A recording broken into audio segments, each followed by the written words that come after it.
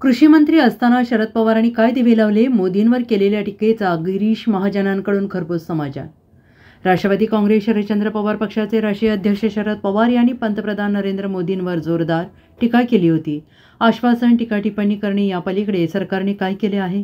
शेतकऱ्यांवर आत्महत्येची वेळ आली, हीच मोदींची गॅरंटी असल्याचं त्यांनी म्हटलं होतं. यावरून मंत्री गिरीश महाजन यांनी शरद पवारांच्या टीकेचा चांगलाच समाचार घेतला आहे. जळगाव येथे पत्रकारांशी संवाद साधताना गिरीश महाजन म्हणाले की मोदी गॅरंटी काय आहे हे जनतेला माहीत आहे. शरद पवार इतकी वर्ष राज्यात होते, तुम्ही राज्यासाठी काय केलं? कृषी मंत्री असताना त्यांनी काय दिवे लावले असे त्यांनी विचारले तर त्यांना वाईट वाटेल.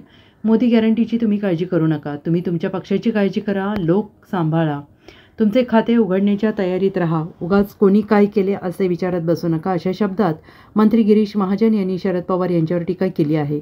ते पुढे म्हणाले की एकनाथ खडसे यांच्या गौण खनिज प्रकरणी त्यांना झालेल्या दंडात्मक कारवाईवर स्थगिती मिळाल्याचं ऐकलं. या संदर्भात ही स्थगिती कोणी दिली, कशी दिली याची आपण चौकशी करणार आहोत. एकनाथ खडसे भाजपामध्ये येत आहेत असे कोणतेही संकेत मला दिसत नाहीत.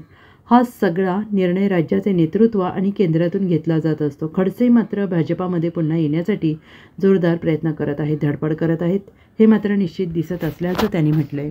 शरद पवार त्या ठिकाणी मोदींवर निशाणा साधलेला आहे की शेतकरी आत्महत्या करतो, हीच का मोदी गॅरंटी? आता मला पवार साहेब, तुम्ही इतके वर्ष या ठिकाणी राज्यामध्ये होते, त्यावेळेला काय चाललं होतं? तुम्ही शेतकऱ्यांसाठी काय केलं? तुम्ही देशाचे कृषी मंत्री होते, त्यावेळेला आपण काय दिवे लावलेत? मी असं म्हटलं तर मग त्यांना वाईट वाटेल. मोदींची गॅरंटी सर्व जनतेला माहीत आहे, सर्व मतदारांना माहीत आहे, सर्व देशाला माहीत आहे. त्याची काळजी तुम्ही करू नका.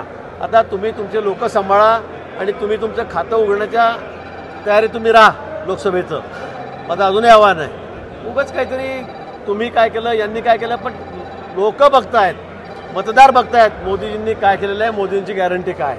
खनिज प्रकरणामध्ये एकनाथ खडसेंवरती 137 कोटी रुपयाची दंडात्मक कारवाई केलेली होती.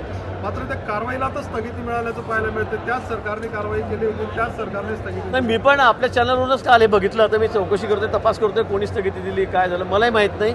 निश्चित आज या संदर्भामध्ये मी माहिती घेईन. खडसेंचा मार्ग मोकळा करतोय भाजपमध्ये येण्याचा या सगळ्या.